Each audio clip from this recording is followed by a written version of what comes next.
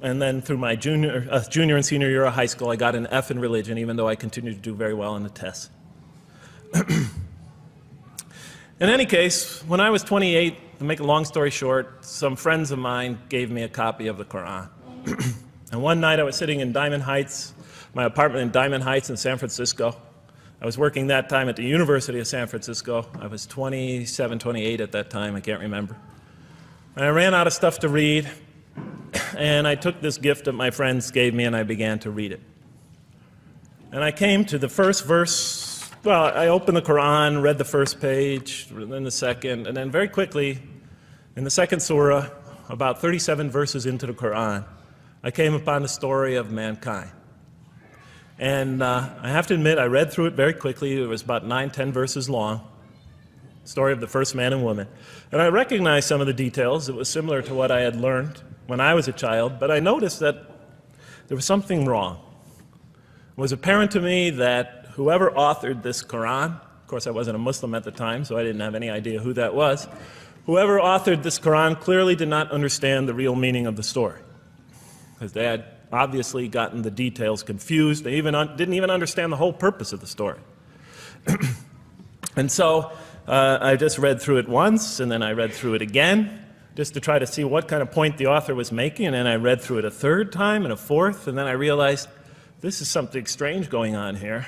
I'm going to read this much more carefully. I'm going to need to go through this story line by line, verse by verse, because it's obvious that the author is trying to bring out another point. And I wasn't quite sure what it was, but definitely he packs a lot of meaning into almost every word. And I thought the writer at least seems to have a great measure of brilliance. And so I'll try to sort of take you through what my experience was as quickly as I can.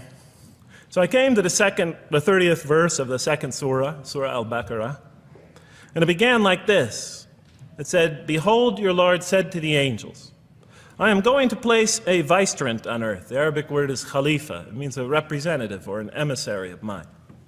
"I am going to place a vicegerent on earth." And they said, the angels said, "Will you place therein one who will spread corruption and shed blood, while we celebrate your praises and glorify your holiness?" And God said, he said, "Truly I know what you do not know." See, that's the verse that hooked me. That's the verse that caught my attention. That's the one that kept on making me read the story again and again and again. Because listen to the way it begins. "Behold, your Lord said to the angels, I am going to place a representative of mine on earth, a vicegerent of mine, an emissary, one who acts on my behalf." I thought, that's not the way it goes. You're not supposed to be placing man on the earth in some positive role, some elective office. You place man on earth as a punishment for his sin. Clearly, I knew the author didn't quite get the point. But still, it was an amazing line. But then I come to the next line, and it says, "And the angels say, will you place therein one who will spread corruption and shed blood, while we celebrate your praises and glorify you?" I looked at it again. I couldn't believe the question. They said, "Will you place therein one who will spread corruption and shed blood, while we, the angels, celebrate your praises and glorify you?" I looked at that and I said, exactly. That would be my question. Why would you create this being, supposedly for some positive role, when he's capable of doing tremendous wrongdoing? When he could spread corruption and shed much blood? Why would you create this violent and pernicious creature when you could create angels? As the angels clearly say, while we, the angels, celebrate your praises and glorify you. They're asking one of the most fundamental questions in the entire history of religion. Why create you, man, this utterly fallible creature, this creature who could rebel against God's will, who could do such tremendous wrongdoing, who could wreak havoc like no other creature on earth, when you can make them angels? And look where the question is being asked. It's being asked in heaven. It's almost like saying, look, why don't you just make them angels and be up here in heaven with us, you know? Why don't you just make them angels, pop them into heaven, he's fine. Why would you put him on earth, where he could feel distant from you, where he could work out his worse criminal tendencies, act them out, feeling somehow independent and apart from you and free to do whatever he wants, when you could just make them angels and put them into heaven and make them perfectly submissive to your will? I looked at that question and said, that's my question. I'm not even a single verse into the story of mankind, and there before me I see my question. That whole question, everything that I ever thought, everything that I ever experienced, everything that I ever knew was in that question. It was as if the author took my life and wanted to pick out exactly the right question to humiliate me, to provoke me, to anger me. Why create man, this most destructive and violent creature, when you could make them angels? And then look at the answer. And he said, God said, truly I know what you do not know. You know, in modern parlance, we would say, I know exactly what I'm doing. I read that and said, what? You know what you do not know? You know exactly what you're doing? Well, please inform me. Tell me what you're doing. Because, you know, I'm 28 years old and I haven't figured out it yet. And I have a lot of issues that I'm still dealing with that's connected to this question. You can't just get off that easy. You can't just tell me you know exactly what you're doing. Not after what I've been through. Not after you made me this way. And then I realized, of course, I was arguing with a God I didn't even believe in. And that would happen several times as I read through the Quran. And sometimes I would just get into so agitated by what I read, I'd start arguing with this voice that I'm reading before me, that's calling to me. So we turn to the next verse. Well, it turns out that the Quran just doesn't dismiss the question. It starts to answer it a little bit. And in the next verse it says, and he taught Adam, God taught Adam, the names of all things. And then he placed them before the angels and said, tell me their names if you are right. So this verse is clearly referring to the previous one. But notice what it says. Now, from my own background, I remember Adam naming things, but it wasn't connected to any answer to any philosophical question. But here, notice what it says. And he taught Adam the names of all things. And I realized already, just from the first verse, you got to read these verses very carefully because it's packed with a lot of symbolism and meaning. And he taught Adam the names of all things. So here we see Adam is not only just a creature who knows how to name things, who's acquiring the gift of language, but he's also a learning creature. God is teaching him. Now right here, right in this verse, and it'll come even clearer in the subsequent verses, that the very first thing that the Quran is going to emphasize here is man's intellect. He is a learning creature. He is taught. And what is he taught? What is one of the great intellectual gifts he's given? In response to the angel's question, the gift of language. Because through language, mankind can not only learn, but he could learn things not only through his own experience, but he could learn things that other people have experienced of times and places that are hundreds, thousands of years and miles separated from him. And so that all our knowledge becomes cumulative. Every generation learning from the generation before it. I'm learning today from authors I read from other sides of the world that may have existed 2,000 years ago. And so we all contribute to our collective learning and knowledge. And so what I'll see later in the Quran, when the Quran will emphasize this again and again and again. Like in one verse it says, read in the name of your Lord who created a man out of a tiny creature that clings. Read, it commands the reader. For your Lord is most bountiful. Why is he most bountiful? What great gift did he give you? For he taught man the use of the pen, and through it taught him what he otherwise could not know. And time again, the Quran will call upon man to use his intellectual faculties and swear by his intellectual faculties and to use them correctly because they play a fundamental role in guiding him to truth. I never came upon a scripture that puts so much emphasis on the correct use of our intellectual faculties, on the harnessing of reason in helping us attain to faith. And he taught Adam the names of all things. And then he placed them before the angels and said, tell me their names if you are right. Okay, you have this objection, you have this natural question about this creation of mankind. Here, this mankind is this human being, this human creature is a learning creature. He has many intellectual gifts. Here, I'm going to place these things before you. Tell me their names if you are right about man. And what do the angels say? In the next verse they say, glory to you. We have no knowledge except what you have taught us. In truth, it is you who are knowing, the wise. They say this task, this intellectual test that's put before them is beyond their grasp. Notice what they emphasize. We have no knowledge. This would take knowledge. This would take an intellect that they don't possess. In truth, it is you who are knowing, the wise. You got it. It's easy for you. You're the knowing, the wise. You have knowledge. You have wisdom. But this would take knowledge and wisdom that is beyond us. And so in the next verse we read, and he said, "O Adam, tell them their names." And when he had told them their names, notice how it's just like it's nothing for him. For mankind, he has this phenomenal ability. And when he had told them their names, as if it's just a triviality for man, he names them. "O Adam, tell them their names." And when he had told them their names, God said, "Did I not tell you that I know what is unseen in the heavens and the earth? And I know what you reveal and conceal?" He's clearly going back to the angel's question. Yes, you have these natural concerns about the creation of mankind. Yes, he could do these evil things. But look at this tremendous intellect he has. This is something you have overlooked, that you haven't considered. And that's clearly the point of these verses. Even though I felt that the author didn't quite, it was as if I realized that he didn't misunderstand the story. He was taking one of the great stories in the history of humankind, one of the fundamental greatest stories in the history of mankind, and molding it and using it as a vehicle for an entirely original message.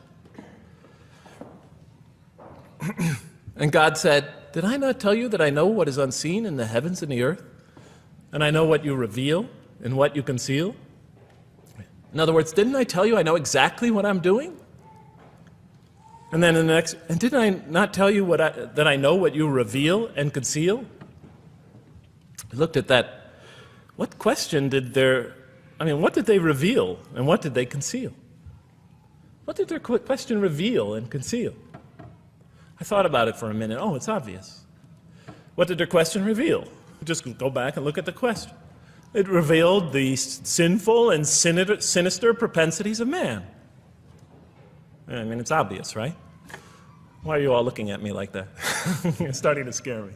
You're all looking very serious. Am I losing you? Wow. Okay. So, they revealed the sinister and evil propensities of man. But what did their question conceal? And all you have to do is think about it for a minute. The human beings, yes, they could do evil. Yes, they could do wrong. Yes, they could create misery. But they could also do exactly the opposite. They could choose to do evil. They could choose to do tremendous good. They could choose to do tremendous violence. They could choose to show tremendous compassion. They could choose to live by falsehood. They could choose to live by the greatest truths. They could be terribly ugly. They could be terribly beautiful. And up until that point in my life, I, like the angels, that only saw one side of the coin. And for the first time when I read that verse, believe it or not, it was an eye-opener for me. I had always been obsessed with the evil potentials of human beings. When I read that verse, I realized that, and I had a great example right in front of me with my own mom, I realized that I had been blinded by only one side of human nature. So we go on to the next verse. "And behold, we said to the angels, bow down to Adam, and they bowed down. But not so Iblis." Iblis is like the father of Satan. Satan's, satanic beings, forces, creatures, existences. "He refused and was arrogant. He was of those who reject faith." An interesting statement. "And behold, we said to the angels, bow down to Adam. And they bowed down." Bowing down could symbolize two things.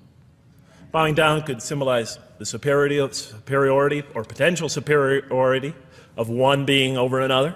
and so they bow down to them. Bowing down could also mean that they serve that creature in some respect. Of course, the Quran says that all beings serve God, all created beings serve God. But this verse seems to be indicating, and the rest of the Quran will make it clear, that these angelic beings, these angelic entities, will serve the development of mankind.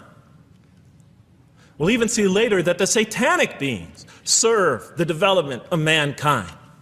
Both forces, angelic and satanic, will serve the development of mankind. Because one will present man with a choice to do the most altruistic things. The other will simultaneously try to influence man in the opposite direction. And so human beings will be moral creatures and will have to make moral decisions. And it's in those moral decisions that they will grow spiritually and morally as human beings. And they'll take that into the next life. And the angelic and the satanic forces will be catalysts for those moral choices that they make. They will heighten the human being's awareness of the rightfulness and the wrongfulness of the choice he's about to make. And the self, the soul, the nafs, as they say in Arabic, will have to make the ultimate choice between good and evil. And that choice, that test will come again and again and again as human beings either grow or decline. And those tests will come again and again and again to try to help him towards his spiritual evolution, to bring him back, but that choice is ultimately ours. But I'm getting ahead of myself. And so we said to the angels, bow down to Adam, and they bowed down. But not so Iblis. Iblis is Satan, this rebellious force, this evil prompter, the one who whispers into the human heart. He comes into being. And with the introduction of Satan, we have the introduction of evil, that evil influences on human beings. And notice why Iblis does not bow down. He refuses because he was arrogant. You know, we often hear what's the root of all evil? In the West, it's always money, greed, etc. Here the Quran says that, seems to be saying that the root of all evil is not always material wants. It's not always money, it's not always greed. At the heart of evil is arrogance. Putting yourself above all others. Of assigning to yourself special priority and neglecting the rights of others. Of pride and arrogance and envy, the source of evil. He was of those who reject faith. I looked at that verse and I said, okay, I get why you would create angels to sort of influence man in a positive direction. But why in this story now are you introducing Satan? What sort of role does Satan play? And then, of course, you just think about it for a minute and you say, yes. The story is telling us that on one hand, we have these magnanimous urgings come from one direction. On the other hand, we have these satanic urgings coming from another direction. In other words, the Quran is telling us that man is not only a learning creature, but he's a moral creature. He has understanding of right and wrong. And God infuses those, allows those influences to come to him. Man is not only an intelligent being, but a moral being. And so, the Quran is not all that difficult to understand. You just sort of read it, I found, and you just sort of follow your nose through it and see what it's saying. I'm sure, as most of you in this audience know. Okay, so we see that man is not only a learning creature, but he is a moral being as well. There's another verse in the Quran that says, by the soul and that which whispers into it, or which breathes into it. It's morality, it's immorality, and it's God consciousness. Both of these we are under the influence of. And God allows us to be under the influence of this. He creates us to be exposed to both influences. And then the verse says, truly he is successful, who causes it to grow. Causes his soul, his self, his real self to grow.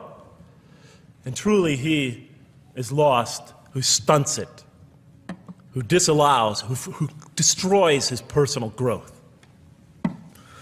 So mankind is not only an intellectual being, but a moral being. And we said in the next verse, O Adam, dwell you and your spouse in the garden, and eat freely thereof what you wish, and eat freely thereof what you wish. But come not near this tree, for then you will be among the wrongdoers.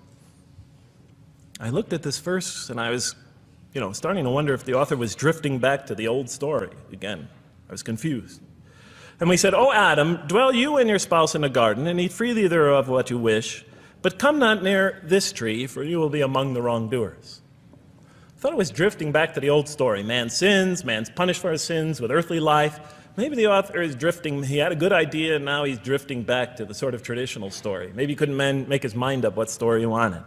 Except for a couple things about this verse, and this happened with almost every verse as I read through it, is that the whole tenor of the passage is sort of not what you would expect. I noticed that the Quran in this story has a tremendous penchant for understating things. Because it says, and said to Adam, "Dwell you and your spouse in the garden, and eat freely thereof what you wish," to Adam and his spouse. "But come not near this tree, for you will be among the wrongdoers." I mean, there's no sense of God being threatened by the possibility of man eating from the tree. In this story, we don't see in this verse, we don't see that God is nervous at the prospect, that he's threatened by the prospect, that he's anxious about it. The tree that he picks, it seems like he's just picking out any tree. Nothing special about the tree. Go not near this tree, for you will be among the wrongdoers. Satan will later come to him and tell him it's the tree of eternal life, of a kingdom that never decays. Turns out to be a complete falsehood in his part. Nothing special about the tree. It's just a tree. God's not nervous at the prospect at all. In the tradition that I came from, God is threatened by the prospect. He has to put an angel with a fiery sword by to protect the tree, so that mankind never goes next to it again. I'm not putting it down, I'm just pointing out the difference of the story. They're both beautifully told. But he has to guard the tree. Why? Because if they eat from it, they'll become gods like us. This man, he already has a rebellious nature. Can you imagine if he eats from this tree? Can't let him get near that tree. But here, just, calmly says, but if you do, you will be among the wrongdoers. God is not worried about himself.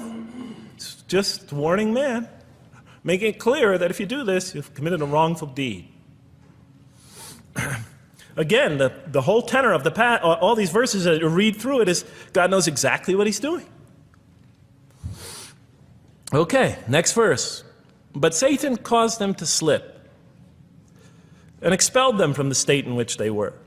And we said, Go you all down, some of you being the enemies of others, and on earth will be your dwelling place and provision for a time." What? I said? I mean, I was expecting now the rage, the anger, the violence, the jealousy. That's what I was expecting. Okay, they eat from the tree. Where's the rage, the violence? I'm going to punish you now. You're going to sweat on earth. And you're going to suffer, and you're going to stub your toe, and you're going to work, and you're going to labor. And you're going to die there for what you did. And where is the woman? All right? And the woman, right? She's the one who's going to suffer the most, right? She'll have to suffer labor pains and monthly cycles, right? And bleeding and crying out when her children come into the world. And she'll scream out.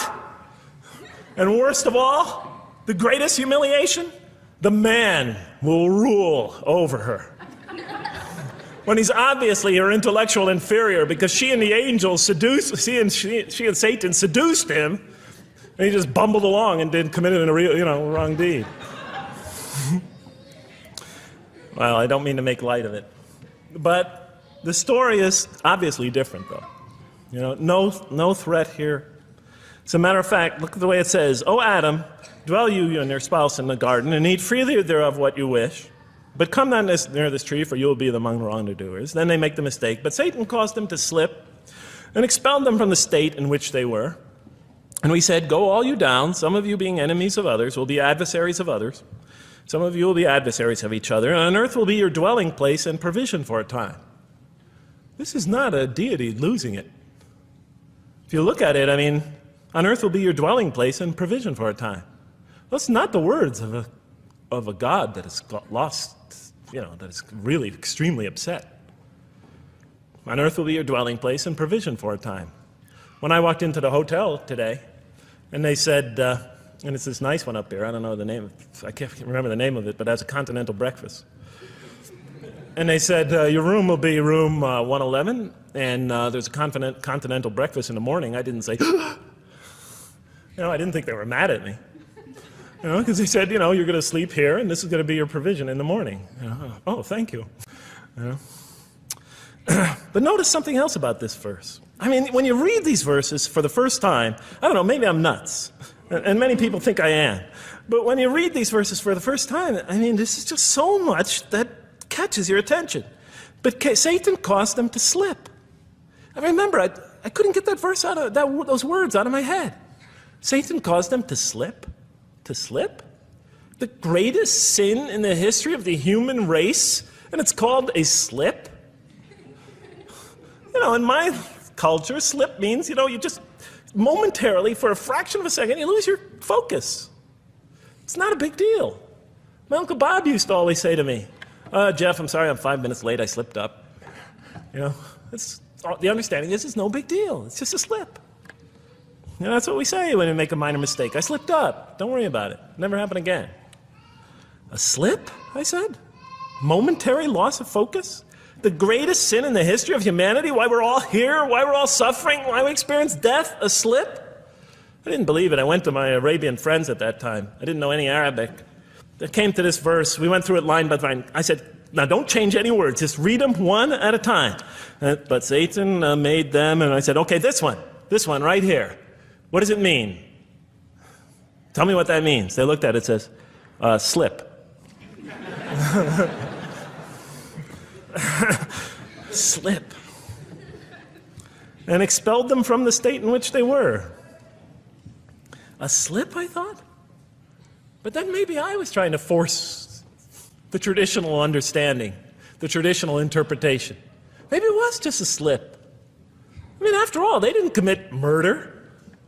They didn't commit robbery, rape, pillaging, assault. They ate a couple of pieces of fruit. It's not the greatest sin in the history of humanity by any means. And then the next verse says, and then they were expelled from the state in which they were. Well, what state were they? Let's see now.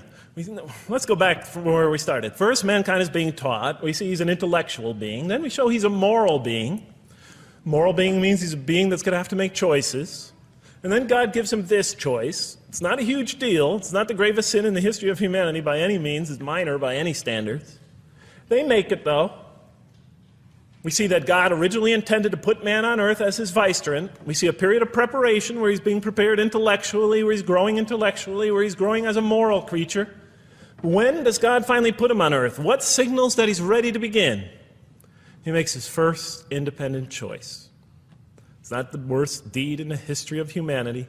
It's minor on anybody's scale, but it shows that mankind is ready to act on his own, to be his own, to make his own choices, that God has empowered him to make choices, and he's ready to make them and carry them out, and see them most often to their expected ends, if God wills. And that seems to be the only real significance of it. But I thought, maybe I'm getting this wrong. Maybe God just blows off into an angry rampage the next verse. So I look at the next one and it says, and then Adam received words from his Lord. And God turned to him mercifully, for he's oft returning, ever merciful. Well, if I had any doubts up till now that God is not enraged by what this has happened, that God hasn't prepared mankind for this choice, for what was eventually going to happen, that all this was preparation for mankind to begin his earthly sojourn in this famous allegory. If I had any doubts before now, I had them, certainly didn't have them after reading this verse. This verse is entirely consoling, reaching and merciful, reaching out to mankind in mercy. Mankind goes to earth. He's obviously afraid. He obviously feels remorse. He's in an unfamiliar environment. And what does God do? He turns to him. He turns to him. In Arabic, the word has the meaning of like a father turning towards an infant or a child or somebody, or a parent, a mother turning towards her child. And he turns to him mercifully, and for God is oft returning, ever merciful. And Adam receives words from his Lord. What kind of words? probably words of consolation, words of hope, words tell him not to be scared.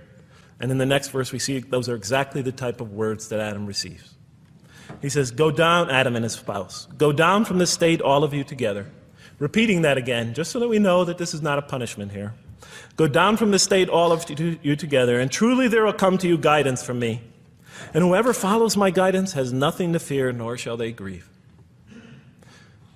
It is an emotional picture. This young couple is here, in fear and in shame, feeling remorse, and God reaches out to them and turns towards them and tells them, you have nothing to fear, nor shall you grieve. I know this is tough for you, but you've been prepared for it up till now, through your entire existence. It had to happen. This is a necessary stage in your development, in your growth, but just hang in there, follow my guidance, be true to me and I'll be true to you, I'll guide you, I'll help you, I'll do whatever you need. Just follow my guidance and you have nothing to fear, nor shall you grieve. Okay. So I was impressed. I thought this author, whom I didn't know, I thought was extremely brilliant. Because the story is entirely coherent, but it's bringing out entirely new meaning. And it's stressing some things in the human equation that I would never have normally thought of. Actually, I thought these sort of things argued against the existence of God. Here, the author was using them to say, look at these play a fundamental role in the purpose of life. What? Intellect. Human beings have intellect. Right. In response to the angel's question, they are moral creatures, and they are subjected to evil and angelic promptings, and they have to choose between them again and again and again throughout their existence, and their growth, which the Quran talks about frequently, is going to depend on that. We're here to grow, as we will see, but it emphasizes choice. Human beings are creatures of choice. It also emphasizes suffering. Suffering. Hey, that's pretty nice writing. It also emphasizes suffering. Human beings are going to suffer here on earth. That's the first thing that the story mentions. Spread corruption and shed blood? Havoc, suffering, pain? Yes, these three things play essential roles somehow, the story is saying, in our development on earth, in our very purpose of our development. These are the three things we've always had the most trouble grappling with, all theologies have. Why give us intellect? If it leads us often to challenge in our minds the existence of God, if we can't reconcile the existence of God with our minds, with our reason, why give us choice if we can choose to do wrong? Just make us angels. Why let us suffer so on earth? Just pop us into heaven. And here the Quran is telling that these play essential roles in our attaining of faith. Not only these, of course, it also mentions guidance, God's forgiveness, revelation, etc., angelic forces, satanic temptation. It mentions all these other things as well, but these three essentially really caught my attention. I never expected that these three things would be emphasized. And so as I read through the Quran, I looked, anytime I saw anything that seemed to relate to this, I would write down notes and underline it. And I would walk up and down in San Francisco with my pen as I'm walking, because I like to walk about 7 miles every day, and I'd be underlining. My friends would always say, Jeff, what book are you reading? And I would lie to them. I'd tell them, oh, it's a great novel or something. I didn't want them to know that I was reading the Quran. I think they thought I was going nuts.